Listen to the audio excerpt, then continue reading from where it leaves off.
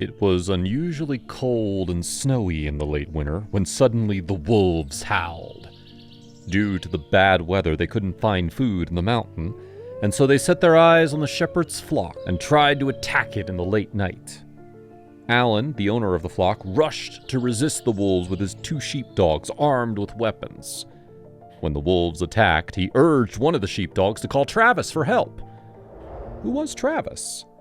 In the face of the vicious wolves, could Travis solve this crisis? Alan was 42 years old and alone in the grassland, but he did not feel lonely. He had sheep and 2 sheepdogs as his companions. Now, many people may find such a life boring and tedious, but Alan was happy. One day in 2006, Alan came to the grassland to graze his animals as usual. The sun was shining brightly at noon, so Alan found a shady spot to rest for a while. After lying down for a while, there were suddenly some roars in the forest, which made him sit up and squint at the forest. At that moment, 2 sheepdogs came to Alan's side to guard him, showing a fierce look and making a defensive posture, obviously sensing danger. They guessed that it might be 2 tigers fighting over territory, and their growls were getting closer. When Alan felt close to them, he climbed a large tree so that he could not only expand his view, but also escape the tiger's attack.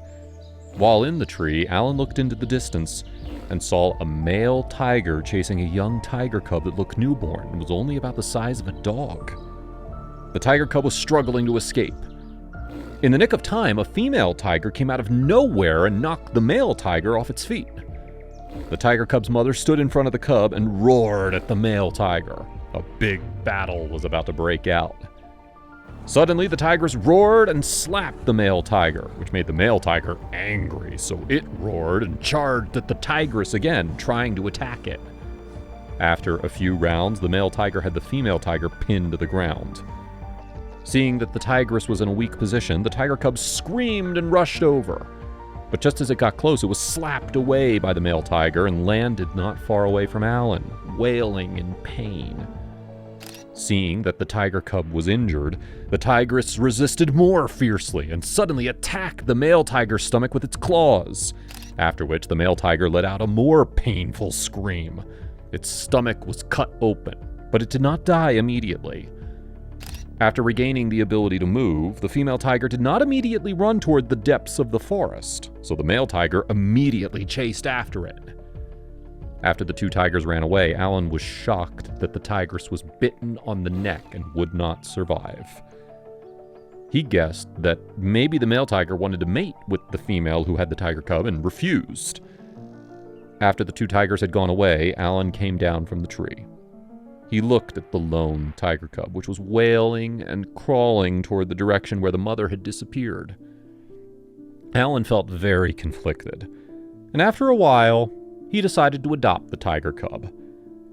After more than half a month of treatment, the tiger cub was not in danger of dying. 2 months later, the tiger cub was cured and accompanied Alan to graze every day. It also learned how to manage the flock from the sheepdog, which showed just how smart it was. Due to its small size, it was often hit by sheep. When Travis, the name given to the tiger cub, was 1 year old, it became a shepherd tiger. And although it was small and childish at the time, it followed Alan every day. As time passed, Travis turned 2 years old and lived with Alan for 2 years, growing in size and becoming mischievous. One day, Alan was grazing with Travis and his sheepdog when suddenly a loud noise came from a distance, and Alan looked in the direction of the noise, thinking it might be a predator. After settling the sheep, Alan called the conservation station. Now by then he was a little anxious and planned to go over and check it out. Arriving at the source of the sound, Alan froze, not realizing that he knew the trapper.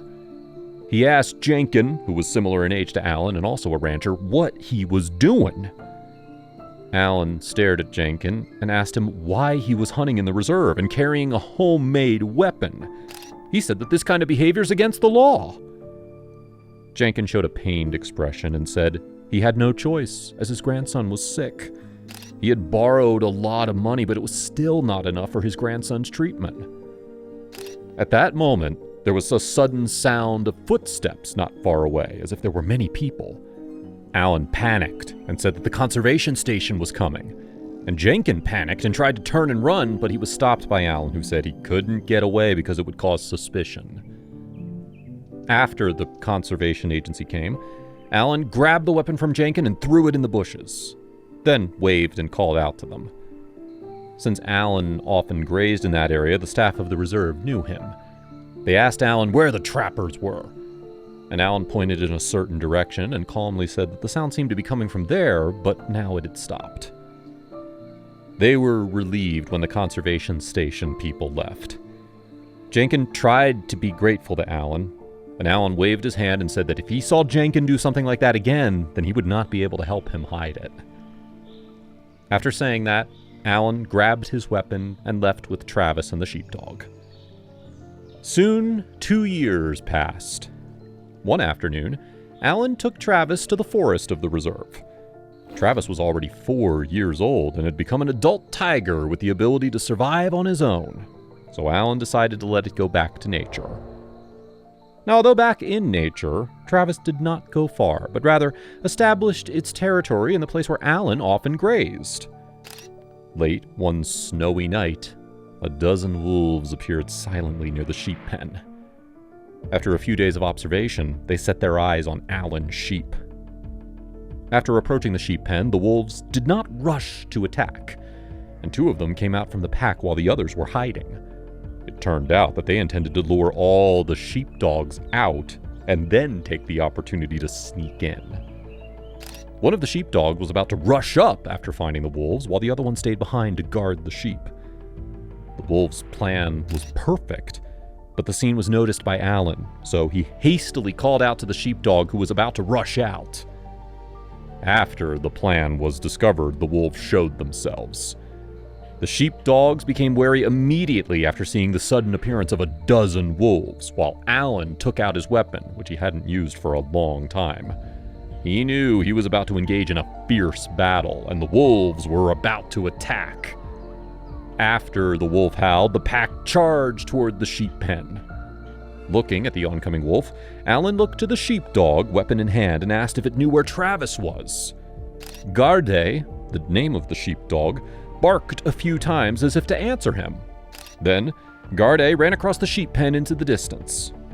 By then, the wolves had scaled the fence and broken into the sheep pen, after which 3 wolves rushed towards Alan and Ferney, the name of the second sheepdog, while the others rushed towards the sheep.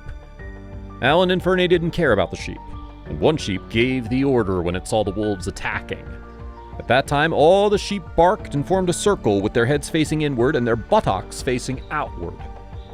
The wolves were very cruel in hunting their prey, yet the sheep's behavior shocked them because they were unable to attack. However, the wolves were not stupid, and even jumped on the backs of the feeders to attack them.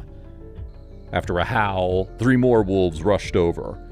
With the advantage of numbers, the wolves had the upper hand, and when Alan could deal with 1 wolf but could not stop the pack, he was down and pounced on by 1 wolf. And Ferney saw it and tried to help him, but it was surrounded by 4 wolves. As it was distracted, a wolf bit on its hind leg. In the critical moment, the flock suddenly dispersed, and when they saw Alan and the sheepdog in trouble, they thought of helping them. But the moment the sheep scattered, they were now at much greater risk. The wolf gave the order again, so all the wolves pounced on the flock, and many of them died while the living ones cowered in the corner and barked. The wounded Alan got up from the ground. Then he rushed forward with his weapon, followed by Ferney. Looking at Alan and Ferney, the wolf showed a fierce face. Just as it was about to kill them, Garde suddenly appeared. It looked at the wounded Alan and Ferney and let out an angry and loud growl. Then there was a loud bang, and the fence was broken open. Travis appeared in front of them and roared at the wolves. Travis charged into the pack and attacked the wolves. It roared and grabbed a wolf that was trying to run away and bit it right in the neck. Before long, most of the wolves were injured. 5 minutes later, the wolves were all dead. After killing the wolves, Travis, Garde, and Ferney came to Alan, who was about to pass out, and looked at him. Travis wailed in pain, while Garde and Ferney kept licking his cheek. After a violent coughing fit, Alan weakly opened his eyes and said he was still alive. All things have feelings, and the feelings of animals are often sincere and real.